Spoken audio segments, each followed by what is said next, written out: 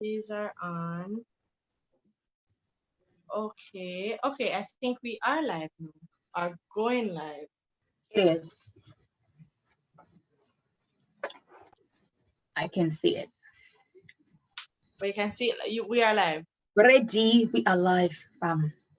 Okay. Good night, Jamaicans.com. This is Ashleigh-Ann Mowatt, and I am live for another episode of Reason with Ashleigh-Ann Mowatt. Now, of course, tonight is a little bit different. I'm not so used to the technology, so bear with me, please. I am joined live by, I'm joined with, I think I said joined with, yeah, joined with climate change communicator and advocate, Dainalyn Swaby. Let me just say she is the 2017 Miss Jamaica Festival Queen, and she is a Sheevening Scholar 2019, right, Dainalyn? Yes, that's correct. Yes. All right. So as you come in, I want to pull up your comments on my other device. I'm going to try to figure this out. As you come in, I'm sure you're going to see the caption, and we are talking about something very, very, very important tonight. But before I jump into the topic, I want to tell you that I'm broadcasting from Kingston, Jamaica, but we're also connecting with Dainalyn Swaby, who is where? In London, Yeah, in the UK. London, guys. So big up to all the UK people. If it is, and she's drinking some tea. Yeah, you have to bust the gas. Ashley, it's 2 minutes after 1. Yes. So it's 7 o'clock in Jamaica. If you're watching in the US Eastern side, it's 8 p.m. right? But in London, it's actually 1 a.m. or a little past 1 a.m. now. It's Sunday. It's Sunday morning in London. So I must tell Dainalyn, thank you so much for making this sacrifice. And if this is the first time you're watching the show, Reason with Ashleigh-Ann Mowatt, it's a show that I do on Jamaicans.com every week where we discuss current affairs.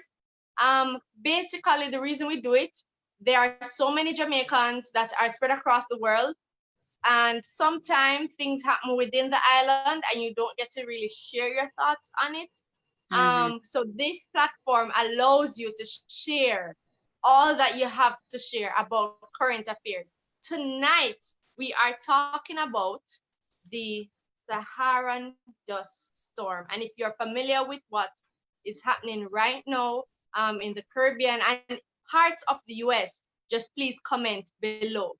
Dainalyn, it's not in England, right? When you're not seeing cloud, how should I say, dust cover. No, not that I'm aware of. I mean, I think that the UK weather is definitely bipolar because today, I'm just heading out to have a picnic and gray skies, but I don't think that was dust related at all. Okay. All right. So, of course, tonight we are speaking about the Saharan dust storm in relation to the facts that we're, or I should say the information that we are sharing online. The question that we're posing, are we sharing facts online about the Saharan dust storm? When we talk about online now, I want to break it down and make it very simple. I'm talking about Facebook, talking about Instagram, talking about WhatsApp and those videos and chain messages. That is what we're talking about. The movie tell about it, Dainalyn. So I know many of you know what I'm talking about when I say the WhatsApp chain messages, right? So as it relates to the Saharan dust storm, from what let me ask you, Dainalyn, what have you heard about it? Okay, so because I stick to credible sources, so what I understand obviously that this is not something new, but so it happens every year where there's a windstorm in the Sahara Desert and it picks up plume, which is like a mass of dust, and it travels all the way over 5,000 miles across Atlantic to us. But this time around, it has been the most intense that we've ever witnessed. And I think it's joining the ranks of a lot of extreme weather events that we're tending to see. I also know scientists are saying it's the most intense in like 25, 50, 60 years. I saw some articles saying 25. I see some saying within 50 to 60 years, it has been the most intense that they've seen. So definitely something unprecedented. 2020 just now, I'm not chill, Ashleigh. And I know though, outside of what I also know is that it's serious because it impacts air quality, but it's not something that people should panic about. But you should be concerned for persons who have existing respiratory illnesses, and also be mindful of the fact that it can also trigger new illnesses. So some of us aren't even aware, because when I lie down and sleep at nighttime, sometimes I have breathing issues. So, you know, if I were in Jamaica right now, I wouldn't be trying to go outside. And just because my eyes are a magnet for the dust. So, you know, people who are able to like pick up irritants easily in their eyes or whatnot, you just should stay indoors. And I want to make it clear too, from my understanding and what I've been reading, there is not a direct connection with climate change. Definitely, as I said, it's more intense than usual, but scientists are also trying to determine what it means for future climate change events, even though there is a upside to this, because we heard earlier that this year was projected to be one of the most active Atlantic hurricane seasons. And they're saying like this massive, you know, dust that's coming in from the Sahara, it can actually suppress hurricanes because of the dust and absorbing the air, the moist air. So it makes it cooler. I'm not a scientist, but there is an upside. And there are other benefits to it as well. Okay, all right. I'm glad you made that point clear. We are both communication majors, right? Thank you. So we are speaking about the Saharan dust storm in relation to communication issues. And one of the things that I wanted to bring to this discussion is that there is an argument, you know, there is conversation right now that with everything that is going on in 2020, the Saharan dust storm is here to wipe out the black race, because see, this dust never exists before, and see, it's a come to the Caribbean, but that is predominantly black, and watch out now, everybody is going to die because they tried it with COVID-19. You know what is so interesting, Ashleigh? We're in the information age, and just like when I'm saying, with great power comes great responsibility. And I feel like with vast information, it requires more critical thought. And and on the notion, and sometimes we have to look into ourselves, or just like when we are here about something the first time, it doesn't mean that it's a new thing. Acknowledge that. Just like when somebody might say, Ashleigh, at first you wear the lipstick, then no, first you're seeing me wear this lipstick. So it's just like these weather events. As I said, they said it's nothing new, but it's definitely getting more it is more intense. And just like last week, I was reading on because I'm doing my dissertation in climate change and climate communication, and it's so interesting how there was a paper that is looking at youth engagement, and they were suggesting that you find virtual means of engaging people who do not live in their community that they hail from, but they want to contribute to the community. So people like me that lived in Kingston, but is from Black River. And I know I'm being like, may I go wide now, but me just say that was a 2007 paper. And I'm saying, look how now we're discussing virtual. So just like how a lot of things that's happening now, you know, we have to understand we're limited with our knowledge. You know, we just hear it in the news, but that no means a long time people, you know, they have been researching things like that. And these conspiracy theories, like how it starts, where people get this information from. I am less concerned about where them get it from, and more concerned about how we are processing and receiving these, as I said, fake information or fake news. Exactly. I think one of the things that we need to ensure that we're doing is to do some research, and everything what drop in a WhatsApp, we need to just share it. I'm happy you touched on that. And I think we need to also experience teaches us. Like I even remember I have my aunt, you know, who I grew up with, and she, you know, she was always tuned into the radio, whether it was RJ or Monty Perkins, and whenever there are certain conversations, it's like she would always weigh it against what she heard on the radio, what she heard on primetime news, and you know, she made an effort to diligently stick to the news. I don't know if people have not got over this phenomenon of WhatsApp and the constant and immediate communication that it has. Yes. And as I said, and for true, like we in a tons of WhatsApp group, in the family chat them, and everybody sending the chain mail and this text. And I feel like what people need to understand, if you cannot trace where the information came from, then nobody can send me something. And if it doesn't have a Gleaner link, if it doesn't have an Observer link, or a news site that I recognize, I don't take it as news.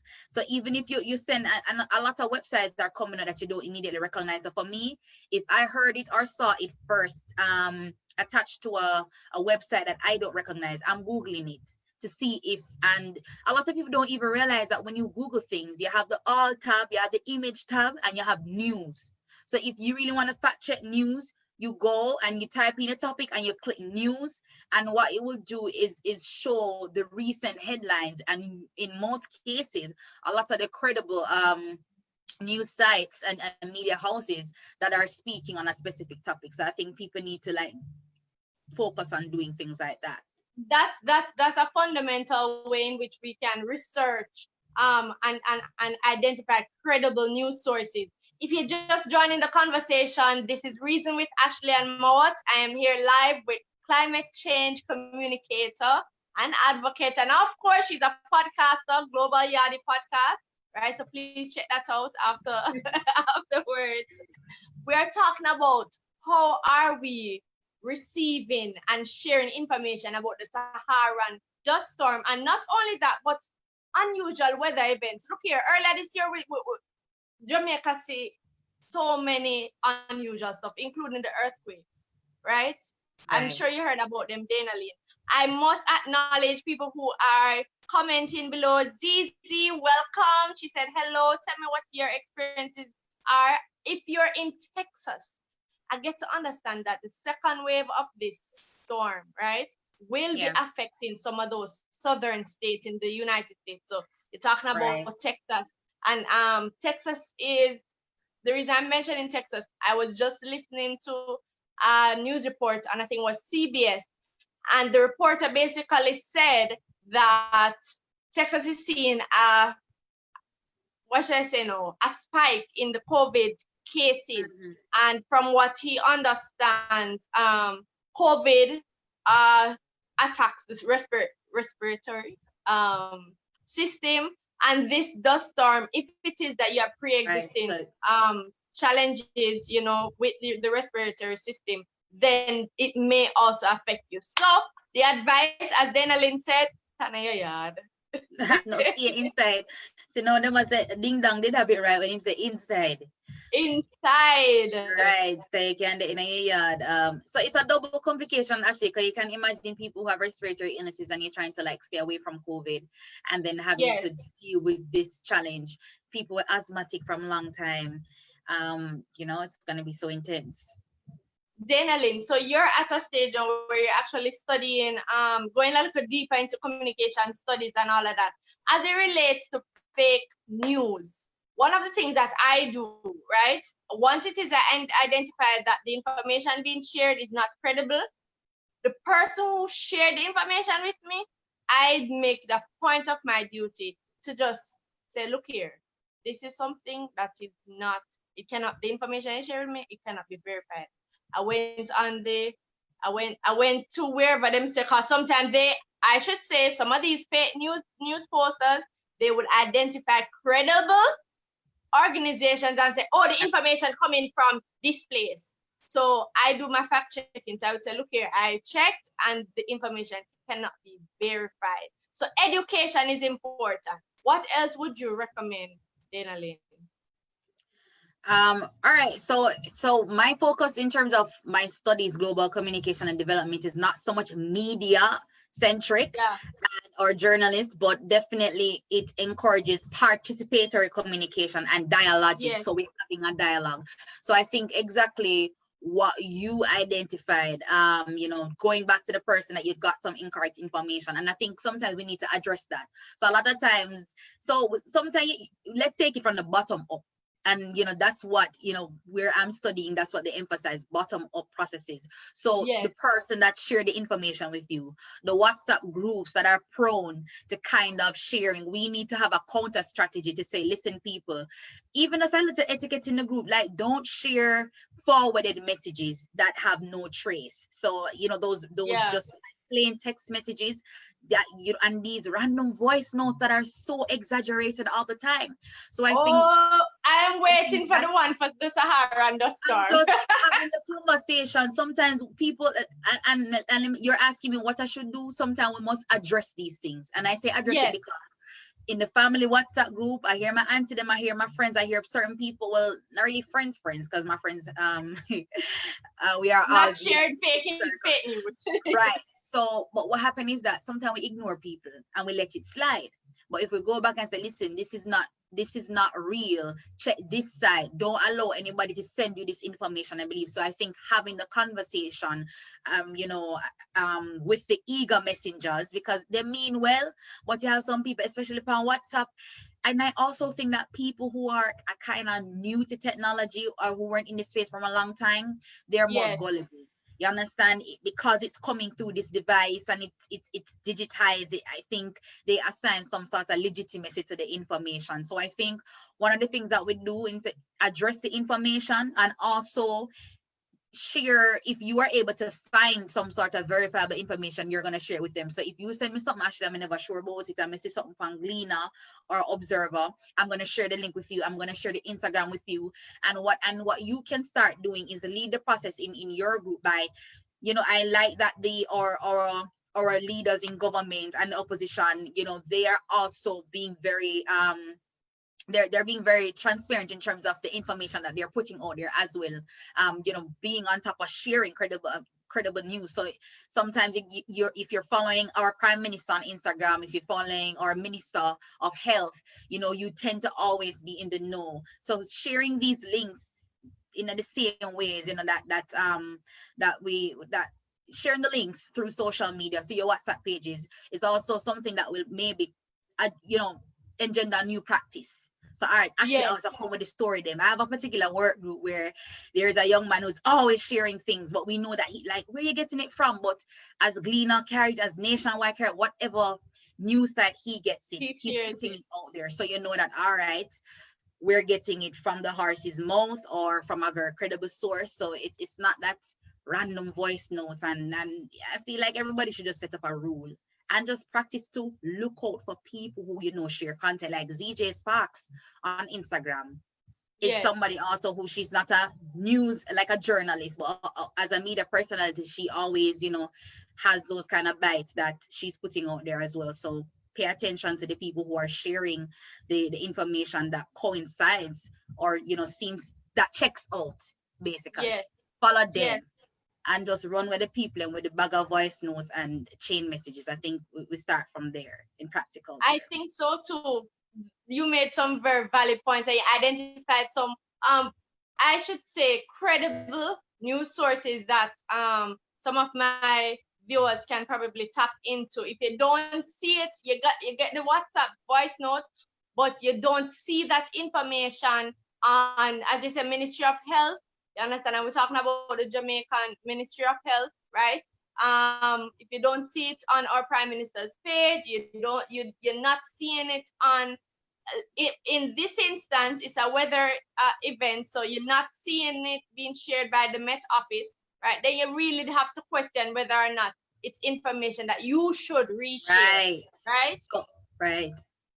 I just want to big up, I think it's Niti. So Niti Sims Davidson said, thank you, you are most welcome. A very important thing, we keep saying share, and I forgot to do this. Please ensure that you are sharing our live video. We still have a good amount of time to talk about what we have to talk about. And I'm glad that Dainalyn mentioned the fact that while this is not a climate change issue, there are some researchers who are looking into in what way there's going to be a relationship, right? Oh, I'm happy you brought it back, Ashley, because there's another point that I wanted to make. Yes. On the same note of it not being a climate change issue, but you definitely realize that it's an environmental challenge. And I think one of the things that you don't want to miss in this space when you look at COVID and when you look at even these extreme weather events, you recognize that we are supposed to look beyond the issue. So with the Saharan dust situation right now, you're talking about air pollution. So even places where you may have a lot of challenges previously with air pollution, thinking of how worse it's going to be. And then it's now not because the dust this saga or this fiasco has occurred, it's not, you shouldn't just look at it in a vacuum. What are the other ways in which we're contributing to air pollution, or air pollution is impacting us? Simple thing as even some of the paint and chemicals and things that we use in our household, these things are just building up and riding on our health like that. So I think the bigger issue, I know something like this shows you that concern for the environment is not in a vacuum. It's not that humans are over here and the environment is over here. We're together in one space. And and even with COVID, if it has shown us nothing, is that we are all in one basket. So you're thinking about how it is that it's deeper than deeper than just a scenario. It's a bigger concern for the environment, and everybody should kind of see their role, the role that they need to play in this right now. Look here, if valid point. Look here, if I didn't believe that we are interconnected, 2020 showed me that at the first, and I must acknowledge the fact that the weather experts have said that this is the first time the Saharan dust storm has been manifesting such great magnitude, right? So it's not new, but this is the first time it has, affected us so. What should I say now? So badly. It's extreme and severe, and that's what I'm saying. We see Sahara Desert, when we talk about hurricanes, as we said, even if it's not directly linked to climate change, you realize that all these, like the weather events in a Jamaican term, like how them a deal with so strong. When you think about the hurricanes, when you think about flooding, when you think about the heat, it's like everything is just much more intense. And that's why more of us, we need to pay attention. A lot of people, as I mentioned, with rain, you depend on rainfall for water in your house and things like that. How are you covering? How are you protecting it? And I saw this morning that even the dust could cause power outages. So JPS was looking into that as well. So, I didn't see that. Thanks for bringing that. They were saying that it could cause, with the accumulation of dust on some of the power, like power stations or whatever, it could cause like some short circuiting and cause some outages. But they're on their teams are on hand to kind of address the issue same time. But you realize, as I said before, so many issues. And can you imagine if it were not COVID, this would have still disrupt a lot of activities, because outdoor and you've been engaging intense. On the second day, I had some business to do in town. You understand? And I said, all right, I'm going to head out with my family with our mask and everything.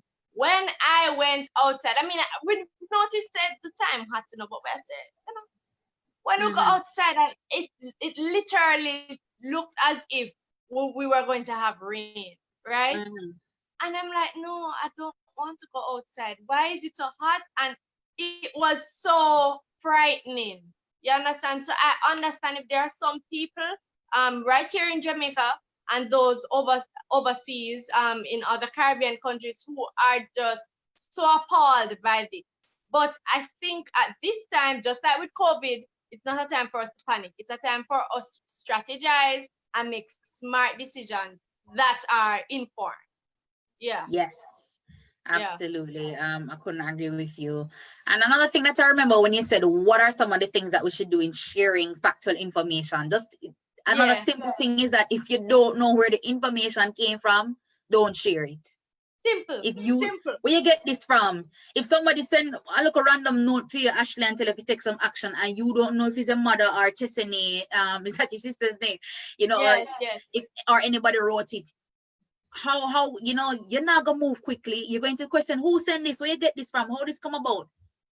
Same thing. You made a valid point, and I want to share something with you. This happened. I don't know if it has ever happened to you, Dainalyn. Sometimes people will send me a message on Facebook, and Yeah. look here. Yes, when you send me a message on Facebook, especially to my Facebook page, Instagram, do not put a link in there and explain, and do not and just send the link and don't explain what it is all about. Sometimes the Introduction. links, they are spam. You understand? And they can cause destruction to your devices. You understand? Or even compromise your account. I don't click links. So even if it is you're my best friend, you send me a link, my response is always, hi, what is that all about? You're lucky I have time, because now that you talk about that, actually, you know what I realize? You remember before we came into what you call it, Internet 2.0 or whatever, they're used to always talking about email etiquette, internet etiquette. I realize that kind of has gone out the window. Not everybody is stressing and emphasizing those things, and people are jumping in a DM, hey, and as I said, just sharing the link, because I'm thinking about myself. If I'm to approach somebody who I don't know and I want to collaborate, or if I some meaningful or sensible engagement, you introduce yourself and state what you're about. So why are people not applying that same courtesy? You understand? And even for me, I use that as an eliminating factor to say, listen, you are not about some legitimate business, or you're not credible, or you come to waste my time right now, because you don't walk in an establishment or somewhere and just put on something and come out. If you're trying to sell something. And I think in simple terms, if people don't know how to behave in the internet, check yourself and say, how would you engage in a space, in a physical space among strangers? In the same business that you're operating right now, at the same thing. If it's an email and Ashleigh refer me to somebody else, I'm gonna go, hi, my name is so and so, referred by Ashleigh-Ann. It's the same way in an email, it's the same way in your Instagram. Same way Instagram, same on Facebook. Right. Simple. It's just simple. I really hope that our listeners enjoy the conversation. Elaine says Jamaicans are the toughest. Yeah, man, we're resilient people indeed. I must tell Dainalyn, thank you. We actually have a few more minutes before we wrap up. No problem. So I know you are enjoying the conversation, but we're just here for half an hour. Yeah. So any final thoughts that you'd like to share with our viewers tonight? As it relates to the whole scenario about the Saharan dust and just sharing information about unusual weather events. I think just not to panic and not to be scared, and just, you know, like when you get that information, and so before you react and want to share with somebody else, like I said before, listen out. I know the radio stations, some radio stations are still, if you listen to radio, you catch your ears and listen to what the next update is going to say. And if you are on social media, you know that, and you follow Gleaner. So if you're on Instagram and all those major sites, today is your day to start following the media houses on your social media channels, so you can get the information directly. And if you want to identify public figures that you know share credible and factual information, if it is a politician, if it's a leader in business, or if it's a youth leader, somebody that you know always sharing news, you make sure that you follow them. Or I know, for example, if I heard something and I wasn't sure, you could speak to Ashleigh, who I know Ashleigh will have good information. Ashleigh, have you heard X and Y? Before you share. So it's all about think before you share. The Broadcasting Commissioner told us this already, but just be reminded. Think before you share, and if you don't know where the information came from, if you can't defend the information that you're sharing, why is it worth putting it out there? True. Let me just add, that you should be adding Jamaicans.com to your list of credible information sources, especially for as it relates to information about Jamaica and Jamaicans. We're on Facebook, we're on Instagram. So ensure that you like and share You understand? I'm pretty sure there's an article there about the Saharan dust storm. So ensure that you're doing that. Lovely people. Gregory says no fake news. No fake news at all. No Thanks for thing. joining, Gregory. Thank you so much, Dainalyn, for spending some time with me. Thank This is you for a engaging me. new level of Reason with Ashleigh, and I hear people keep on saying 2.0, and so this is the Reason with Ashleigh 2.0. All right. So I'm hoping that you can join us again another time. Probably it's not so late again, so you're not No problem. But take good care of yourself, Dainalyn. Take good care of Thanks, yourself, Ashleigh. people. Just before you leave, where can we find you on social media?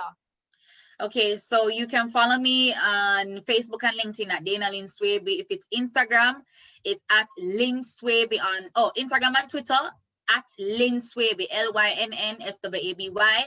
And you can also follow my podcast at Global Yaadie on Facebook, Instagram, Twitter, and globalyaadie.com to keep up with my podcast. We're talking about sustainable development and culture with people from all across the world. Yep. All right, excellent. Take good care of yourself, Dainalyn. Take good care of yourself. You People, too. remember I'm on Facebook. What you say? What you say? No, me say you too. Take care of yourself too, and your Of daughter course, and everybody, of and course, your Jamaican.com family. Yes. Remember, guys, Reason with Ashleigh-Ann is every Saturday at 7 p.m. But guess what? You can talk to me anytime on my Facebook page, Ashleigh-Ann Mowatt. I'm on Instagram, A-Mowatt, Twitter, A_Mowatt. Take care of yourself, lovely people, and take care of yourself too, Dainalyn. Bye.